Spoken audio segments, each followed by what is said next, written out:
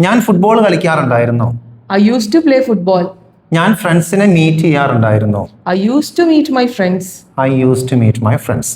ഈ use to നമ്മൾ already പഠിച്ചിട്ടുണ്ട്. മുൻപ് ഞാനൊരു വീഡിയോ ചെയ്തിട്ടുണ്ട് യൂസ് ടു എന്നുള്ളതിന്. പക്ഷെ ഒരു കാര്യത്തിന് ശേഷം മറ്റൊരു കാര്യം ഇങ്ങനെ ആഡ് ചെയ്ത് ഒരു ഡിസ്ക്രിപ്ഷൻ പോലെ പറയുമല്ലോ. ആ സമയത്ത് യൂസ് ടു ഉപയോഗിക്കുകയാണെങ്കിൽ ഏകദേശം ഇങ്ങനെ ഇരിക്കും.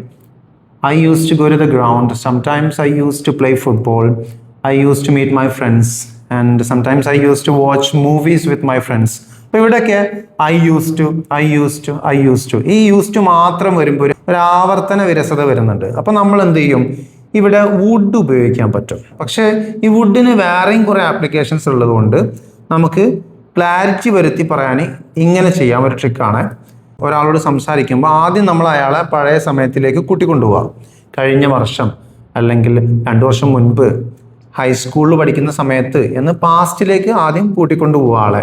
എന്നിട്ട് പറയാം I used to go to the ground. പിന്നെ അവിടെ ഫുട്ബോൾ കളിക്കാറുണ്ടായിരുന്നു എന്ന് പറയുമ്പോൾ I would play football. I would play football. പിന്നെ ഫ്രണ്ട്സിനെ മീറ്റ് ചെയ്യാറുണ്ടായിരുന്നു. I would meet my friends. Yes.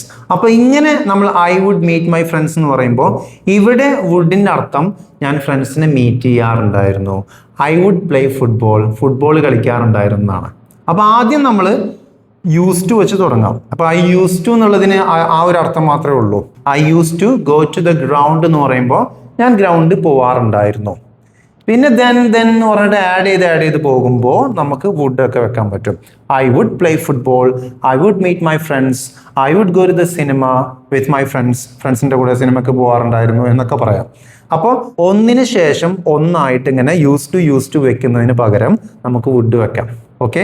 അപ്പോൾ നമുക്ക് ആ ഒരു ബോറടി ഒഴിവാക്കാൻ പറ്റും. കുറച്ചും കൂടെ റിച്ച് ആക്കിയിട്ട് നമുക്ക് ലാംഗ്വേജ് ഉപയോഗിക്കാൻ പറ്റും.